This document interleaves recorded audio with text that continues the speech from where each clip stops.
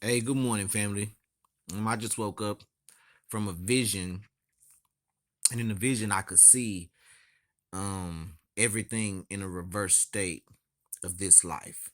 So everything that I long for in this life, I could see it clearly in a vision, and it's just outlining to my spiritual form the things that I really want in this life that is already taking place in the spirit realm.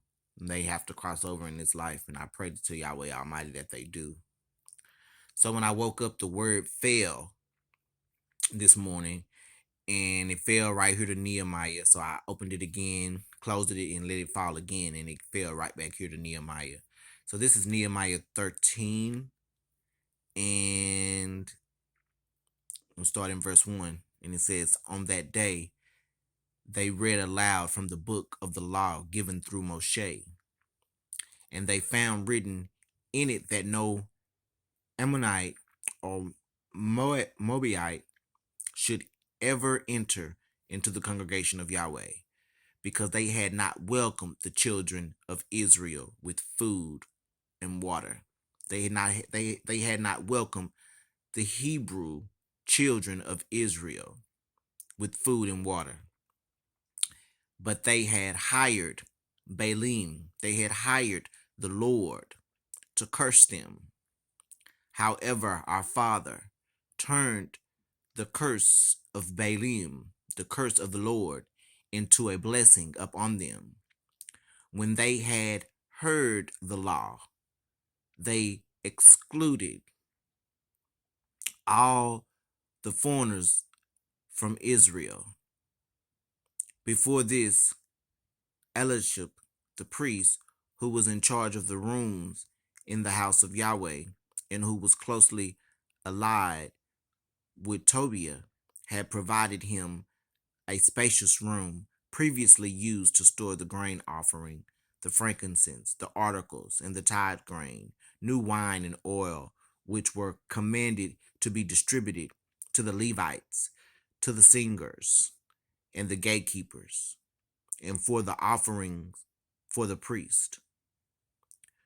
While all this was taking place, I was not in Jerusalem, for in the 32nd year of Artaxerxes, king of Babylon, I had returned to the king. Sometime later, I obtained permission from the king, and I returned to Israel to discover the evil thing Elishib had done for Tobiah by providing him a room in the courts of the house of Yahweh. This extremely annoyed me, and I threw all of Tobiah's household possessions out of the room. I commanded them to ritually cleanse the rooms, and then put back into them the articles of the house of Yahweh, along with the grain offering and frankincense. I further learned that the Levites had not been given their allotted portions. I further learned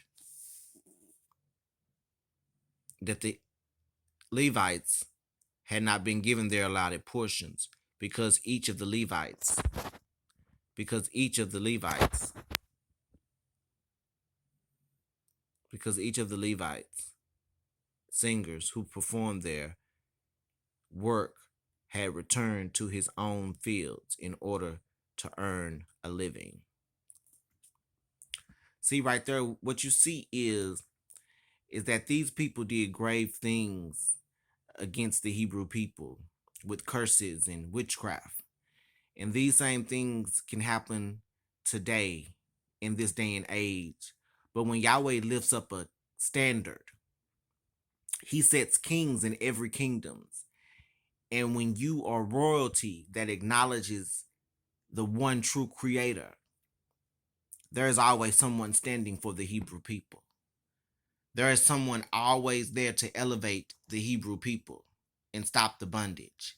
even during the times and the dividing of times, as spoken of in Daniel, that we would be handed over for a time and a dividing of times, that the saints would be in their hands, and then these times would come to an end. So be on guard that you know and that you understand what is going on in the last day, because it is the last day and we still have an appointed time through Yahweh. We still have an elevation through the heavenly king, through the kings of the earth. Great men, wise men, kings, and governments have wanted to know the great secrets of the Almighty Father and have not known them.